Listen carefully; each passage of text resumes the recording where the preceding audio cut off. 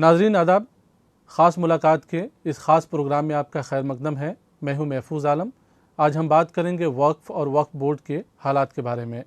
इस सिलसिले में बात करने के लिए हमारे साथ मौजूद हैं बिहार रियासती सुन्नी वक्फ़ बोर्ड के चेयरमैन मोहम्मद इरशादुल्लाह साहब।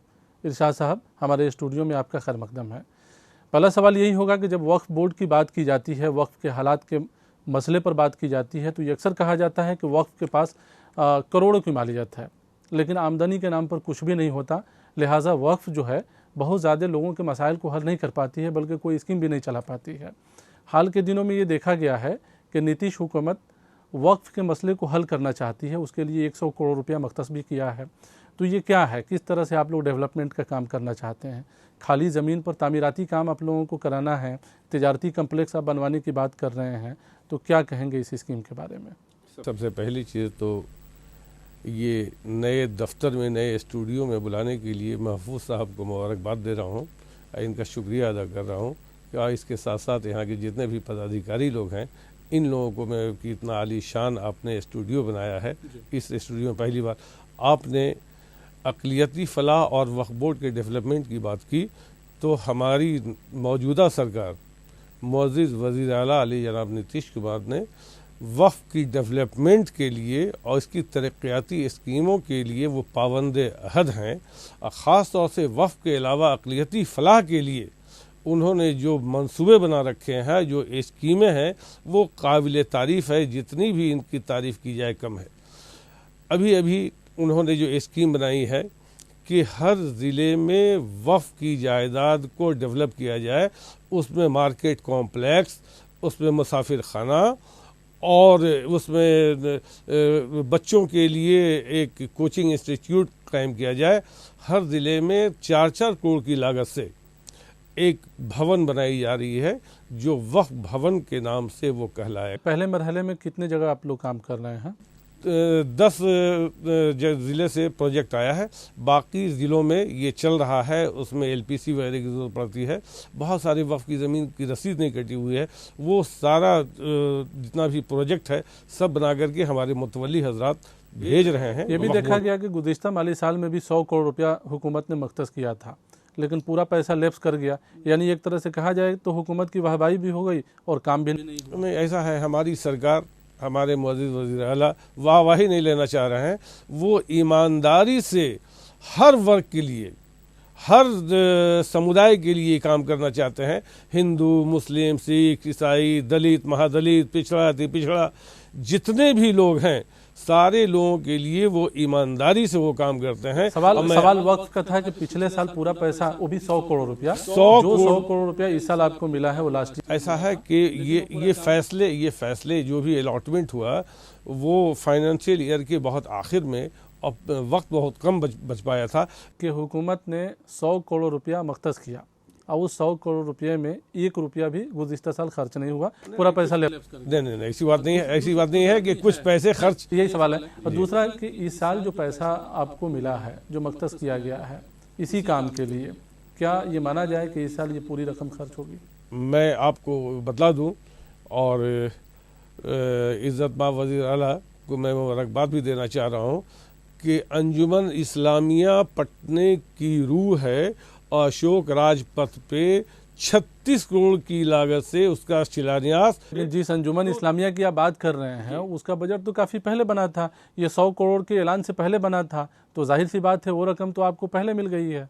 लेकिन इस 100 करोड़ रुपया में आपको तिजारती कम्प्लेक्स बनाना। अब ये तिजारती मैंने आपको बताया कि 40 करोड़ का तो ऑलरेडी आ चुका है हमारे पास, जो हमने माइटी वेलफेयर को भेज दिया है, उस पर काम चल रहा है।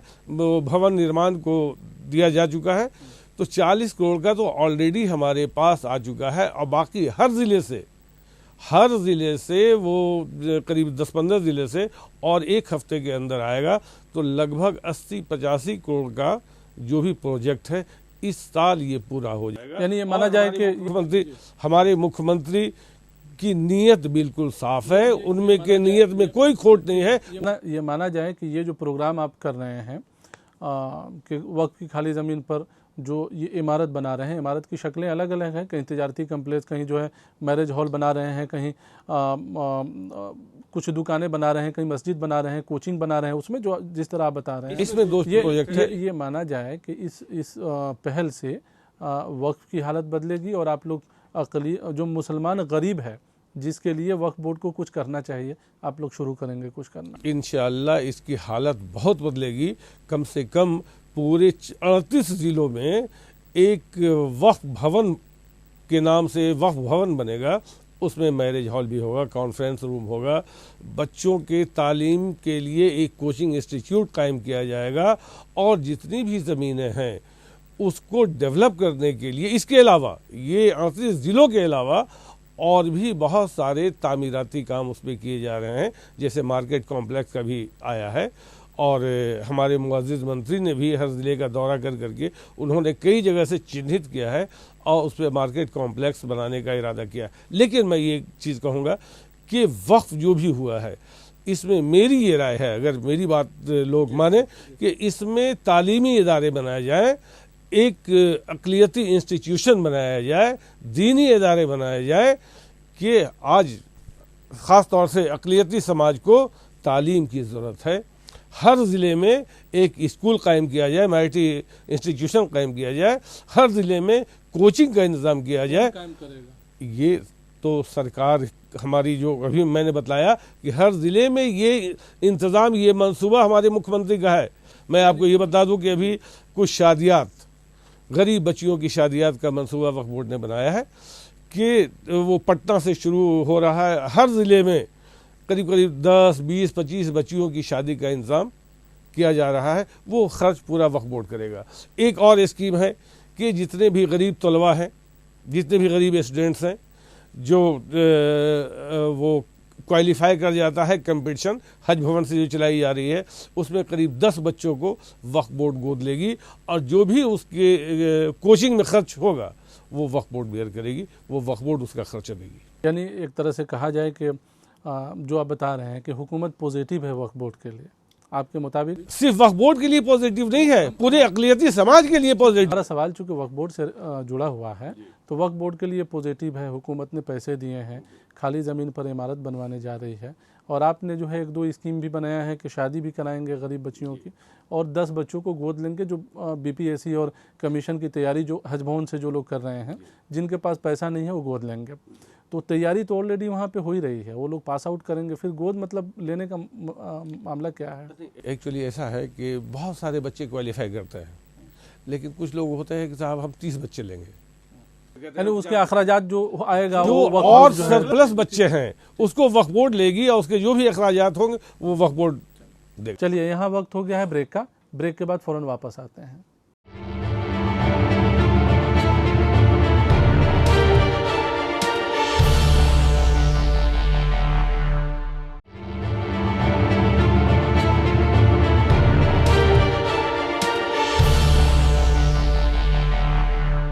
ब्रेक के बाद एक बार फिर से आपका खैर मकदम है। हम बात कर रहे हैं वक्फ बोर्ड और वक्फ के हालात के बारे में और इस सिलसिले में हमारे साथ बात कर रहे हैं बिहार सुन्नी वक्फ बोर्ड के चेयरमैन मोहम्मद इरशादुल्लाह साहब।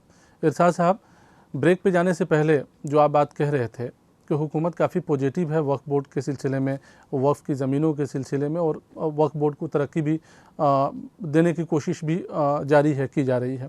जब इतनी हुकूमत पॉजिटिव है तो आखिर क्या वजह है कि वक्फ बोर्ड अपने कब्ज़े की ज़मीन को आज़ाद कराने में हमेशा नाकाम रह जाता है?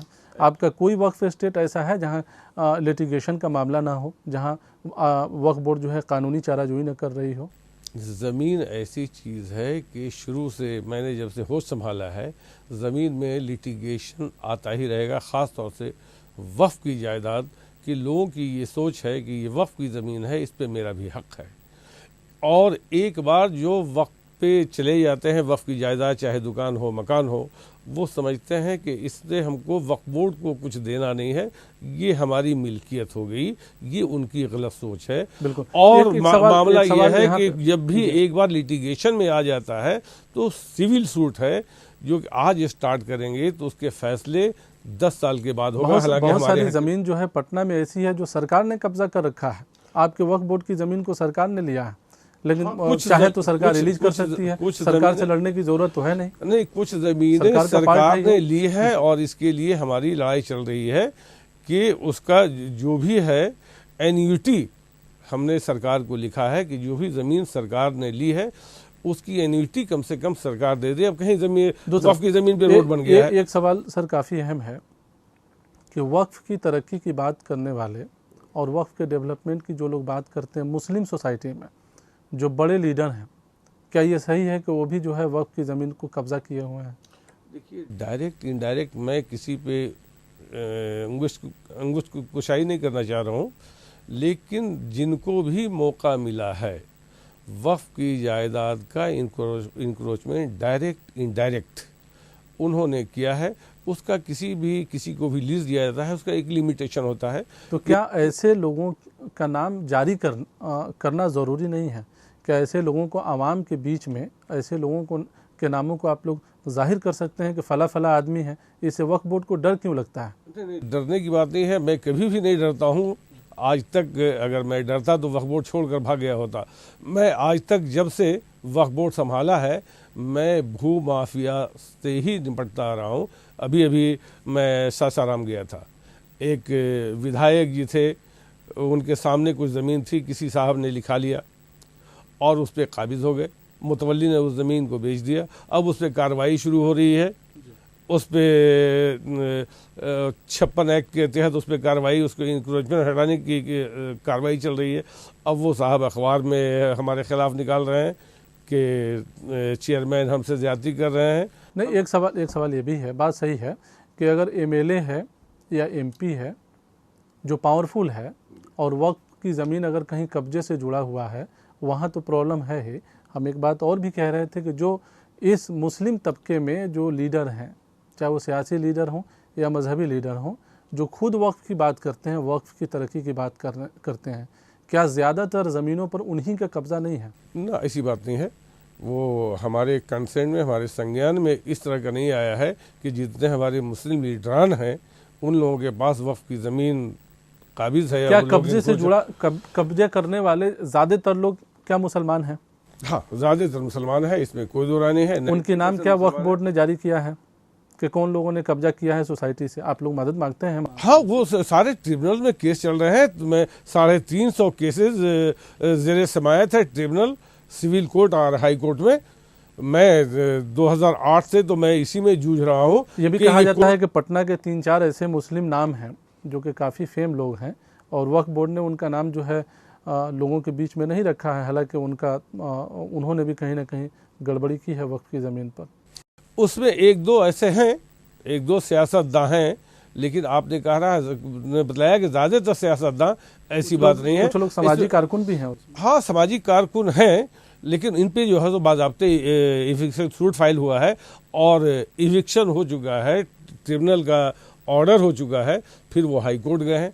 तो ये जो ज़मीन सियासी दबाव रहता है जब आप लोग पहल करते हैं, चाहे उनका ताल्लुक चाहे वो सोशल वर्कर हों या मजहबी लीडर हों या सियासी लीडर हों, जब आप पहल करते हैं कि वक्फ की ज़मीन हमारे पास आ जाए, आप काउंसलिंग करते हैं, वहाँ सियासी दबाव रहता है। 10 सालों में हमारे मुख्यमंत्री ने आज तक कभी एक फ़ोन नहीं किया, दबाव की बात तो दूर, आज तक कभी एक फ़ोन नहीं किया। कहीं और से दबाव आता कभी है? कहीं किसी दबाव में न हम आते हैं और न कोई हम पर आज तक दबाव डाला है।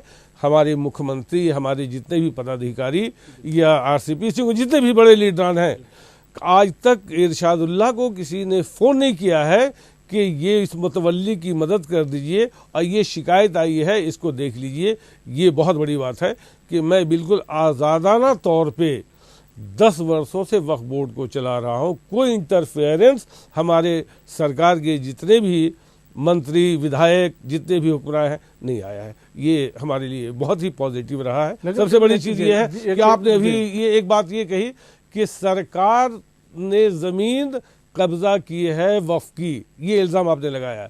तो मैं आपको बतला दूं, मैं इल्ज़ाम नहीं लगाया, जो आदाद-ओ-शुमार है वो बताते हैं। मैं आपको बतला दूं कि हमारी सरकार, हमारे मुअज़्ज़िज़ वज़ीर आला श्री नीतीश कुमार ने अशोक राजपथ पे जो अंजुमन इस्लामिया के आगे की 17 कट्ठा ज़मीन, उन्होंने वक्फ बोर्ड को दे दिया। बेशक दे दिया है, ये बहुत बड़ी बात है। बिल्कुल बड़ी बात सरकार है, जमीन लेती है वक्फ की, लेकिन पहली बार हमने देखा कि हमारे पहली बार हमने बिहार में देखा, पूरे हिंदुस्तान में सरकार ने ली है, लेकिन बिहार में पहली बार देखा कि हमारे मुख्यमंत्री ने करीब 17 कट्ठा जमीन अशोक राजपथ पे अंजुमन इस्लामिया के आगे की जमीन वक्फ बोर्ड को दी। बेशक दी है, पहली बार दी है, लेकिन पहली बार 17 कट्ठा ज़मीन दी है। क्या सरकार ने 17 कट्ठा से ज़्यादा ज़मीन पे आपके कब्जा नहीं किया हुआ है? कुछ सरकार की मजबूरियां भी रही हैं। रोड बनाना है, वक्फ की जायदाद है, अब हर तरफ से रोड बनता जा रहा है, कहीं वक्फ का एक टुकड़ा आ रहा है तो उस पर अगर रोड बना दिया गया तो हमारा चूँकि नुक्ते नज़र ये है, पॉइंट ये था कि जो वक्फ की आपकी प्राइम लोकेशन पर जो ज़मीन है, जो शहर में प्राइम लोकेशन पे ज़मीन है, जहां अगर आप डेवलपमेंट चूँकि कराने का एक सिलसिला आप लोगों ने शुरू किया है, अगर उस ज़मीन को डेवलप कराएंगे तो आपकी आमदनी में बहुत ज़्यादा इजाफा होगा। जैसे अंजुमन इस्लामिया की तामीर आप कराने जा रहे हैं, यकीनन वहाँ से जो है आमदनी का भी एक ज़रिया बनेगा, और आमदनी जब होगा तो आप काम भी शुरू करेंगे। और गरीबों को के लिए हम फलाले से काम करने की ज़रूरत है कि जहाँ खाली ज़मीन है आपकी, वो खाली ज़मीन जो है लिटिगेशन में ना हो, उसके ऊपर कब्ज़ा ना हो। अगर किसी ने कब्ज़ा किया है तो आप काउंसलिंग कीजिए। ये लिटिगेशन की शुरुआत होती है हमारे मुतवल्ली हज़रत से, वो किन्हीं को जो है सो लीज़ कर दिया। अब लीज़ करने का उनको पावर है 11 महीने का, और उन्होंने जो है सो 50 साल का लीज़ कर दिया। यानी 11 महीने का पावर है, 50 साल का लीज कर दिया, उसमें मसला फंसता है। चलिए यहाँ वक्त हो गया है ब्रेक का, ब्रेक के बाद फ़ौरन वापस आते हैं।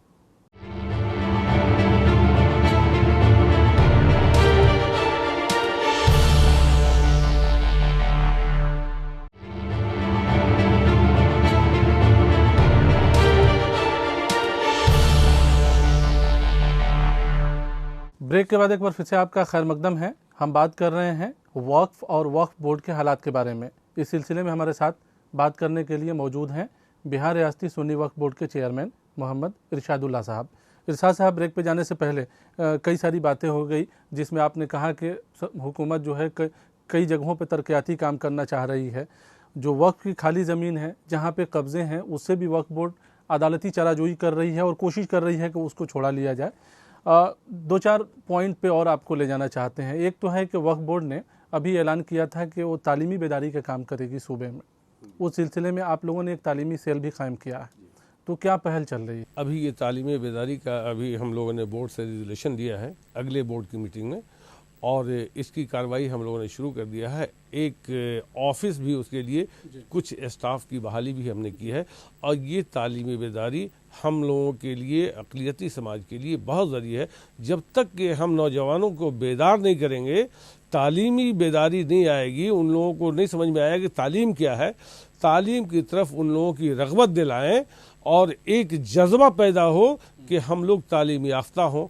इसलिए हमने ये एक बनाया है एक स्कीम कि वक्फ बोर्ड की तरफ से पूरे बिहार में तालीमी बेदारी मुहिम चलाई जाएगी, और हर ज़िले में, अभी अंजुमन इस्लामिया में हमने एक ओलंपियाड करवाया, ये ओलंपियाड हर ज़िले में मैं करवाऊंगा, इससे कि बच्चों की हौसला अफजाई हो और उन लोगों में एक शौक़, एक जज्बा पैदा हो कि तालीम की क्या अहमियत है, और इसके लिए हमने बच्चों को इनाम भी रखा। ज़ाहिर है, जब लोग ये कहते हैं कि वक्फ के मसले हल हो जाएंगे, तो अक़लियती समाज, जो अगर मुसलमानों की बात की जाए तो उनके मसले हल हो जाएंगे, लेकिन वक्फ खुद इतने मसले में उलझा रहता है कि वो मुसलमानों की मुश्किलों को हल करने की तरफ पहल नहीं कर पाता।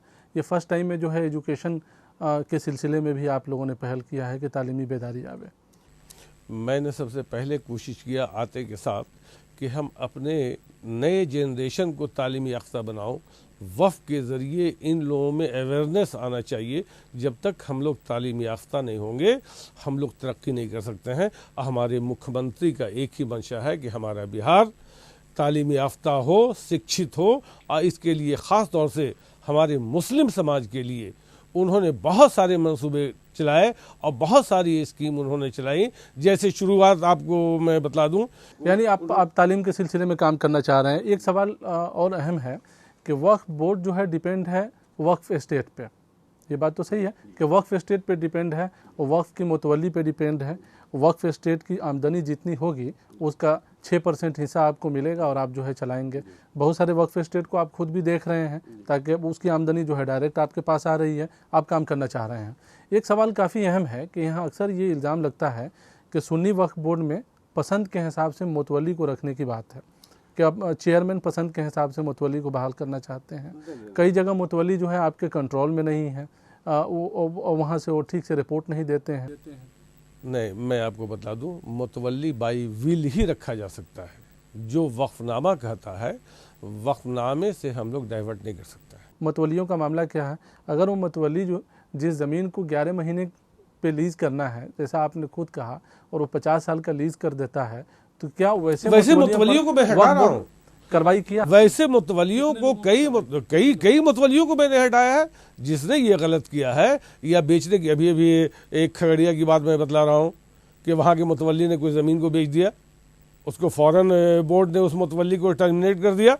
एक मामला बिहार शरीफ से भी जुड़ा हुआ है, चूँकि सोगरा वक्फ एस्टेट आपका सबसे बड़ा वक्फ एस्टेट है, तो ये मालूम चला कि वहाँ के मुतवल्ली पे कुछ चार्जेस थे सरफ आलम पे।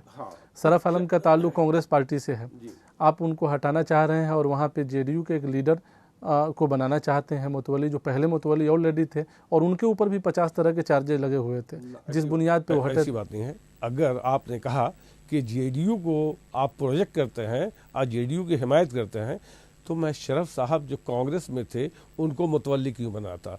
आज 5 साल से वो मुतवल्ली है। इधर 1 साल से उनकी कारकर्दगी में थोड़ी सी शिकायतें आई हैं, जो कि वहाँ के डीएम का भी रिपोर्ट लगा हुआ है और अवामी शिकायतें भी आई है। और मैं आपको बतला दूं कि जो हमारे बोर्ड के मेंबरान हैं उनको उसमें कहकशा परवीन है और भी मेंबरान है, वो इंक्वायरी उनके खिलाफ चल रही है। मैं किसी को भी बख्शने वाला नहीं हूँ, चाहे जो भी हो। वो बोर्ड ने बाज़ाब्ते एक रेजोल्यूशन लिया और सारे मेंबरान वो उसकी इंक्वायरी कर रहे हैं। एक सवाल और आपके ऊपर जो है, चूँकि काफ़ी लगता रहा है, इसलिए सवाल उठाना भी ज़रूरी है कि पटना के कब्रिस्तान पे अजीमाबाद प्रेस आपने कायम करवाया, वो भी जेडीयू लीडर का वो प्रेस है जहाँ छपाई होता है, तो क्या एक कब्रिस्तान पे अजीमाबाद प्रेस कायम हो सकता है? ऐसा है कि वो मैं बता रहा हूँ कि 2012 में हमारे कंसेंट में आया कि उस कब्रिस्तान को किसी ने कब्ज़ा कर लिया है। उस पर कार्रवाई शुरू हुई, बहुत सारे भूमाफिया उस पर आए और उसकी घेराबंदी कराने के लिए भी हमने सोचा, घेराबंदी करने नहीं दिया उन लोगों ने। बाद में हमारे बोर्ड ने उसको एक फ़ैसला लिया कि ऐसा किया जाए कि वहाँ पे उसमें मुसलमानों को वहाँ पे कोई आबादी नहीं है, कोई देखने के लिए नहीं आता है। अब मैं जब वहाँ गया तो देखा कि कचड़े का अंबार लगा हुआ है और बालू का जो है सो एक कारोबार वहाँ पे हो रहा है। तो बोर्ड ने ये फ़ैसला लिया कि ऐसा है कि कोई इदारा कायम कर दिया जाए, कोई दीनी इदारा कायम कर दिया जाए और बाज़ाब्ते एक इश्तिहार निकाला अखबार के ज़रिए कि कोई भी ख्वाहिशमंद हैं। उसमें 3 दरख्वास्तें आईं, एक सबलपुर मदरसा के, एक और जो है सो चाह रहे थे कारोबार करना उस पर कि चंद टुकड़ा मैं उससे एक किनारे से मैं दे दूं कि वो उसकी हिफाजत भी हो जाए उस कब्रिस्तान की। कब्रिस्तान और की उसमें एक तो नहीं रहेगी, अब वो कब्रिस्तान की शनाख्त से उसकी घेराबंदी हो रही है। कब्रिस्तान की घेराबंदी अलग से कराएंगे और जो जमीन जो है वो उसी में एक साइड से थोड़ा सा करीब लगभग 3.5 या 4.25 स्क्वायर फीट, जिसमें 1 पैसे की आमदनी नहीं थी, उसका कोई देखने वाला नहीं था। आज कम से कम एक मुसलमान उसको देखने वाला हो गया है और आमदनी भी बढ़ गई। आमदनी भी करीब 1.25 लाख रुपए की सालाना उसकी आमदनी हो गई। लेकिन ये तो रूल के खिलाफ है। अभी कुछ लोगों ने आपके कानून के खिलाफ। मैं आपको बतला रहा हूँ कानून के खिलाफ है, लेकिन मैं आपको बतला रहा हूँ कि अभी उसको फिर कुछ लोगों ने ज़मीन को बेच दी गई है ऑलरेडी। पूरी प्लॉट को वहाँ के एक ऐसे ही जो है कि मैं इसका मुतवल्ली हूँ और हमारे बाप दादे ने इसको दिया है, ये हमारी जायदाद है, उस प्लॉट को ऑलरेडी बेच दिया गया था, जिस पर FIR हुआ है। एक लाइन में जानेंगे, अब हमारा वक्त भी ख़त्म हो गया, कि वक्फ बोर्ड का आइंदा स्ट्रेटजी क्या है डेवलपमेंट के लिए? वक्फ बोर्ड का ये स्ट्रेटजी है, ये हम लोग पाबंद अहद हैं कि पूरे बिहार में वक्फ का डेवलपमेंट हो और इसके साथ साथ ये तालीमी बेदारी जो हमने एक चलाई है, इस तालीमी बेदारी के लिए पूरे बिहार के मुसलमान अक़लियती समाज के लोग तालीम की तरफ उसका रुझान हो और वक्फ की हिफाजत के लिए हर मुसलमान आगे आए। जब तक के हमारे बहुत शुक्रिया, समाज के लोग ठीक आगे है, नहीं आएंगे वक्फ की जायदाद नहीं बचेगी। बहुत शुक्रिया हमसे बात करने का। तो आपने देखा कि कि ये वक्फ के सिलसिले में काफ़ी अहम बातें हुई। जहां बिहार हुकूमत तिजारती कम्प्लेक्स बनाने की बात कर रही है, वहीं जिन ज़मीनों पर कब्ज़े हैं उन ज़मीनों को आज़ाद कराने की भी पहल होगी और वक्फ बोर्ड ने बाकायदा तालीमी सेल कायम किया है। तो आइंदा ये उम्मीद की जानी चाहिए कि आइंदा वक्फ बोर्ड तालीम के सिलसिले में भी काम करेगी। बहरहाल इस प्रोग्राम में बस इतना ही। आदाब।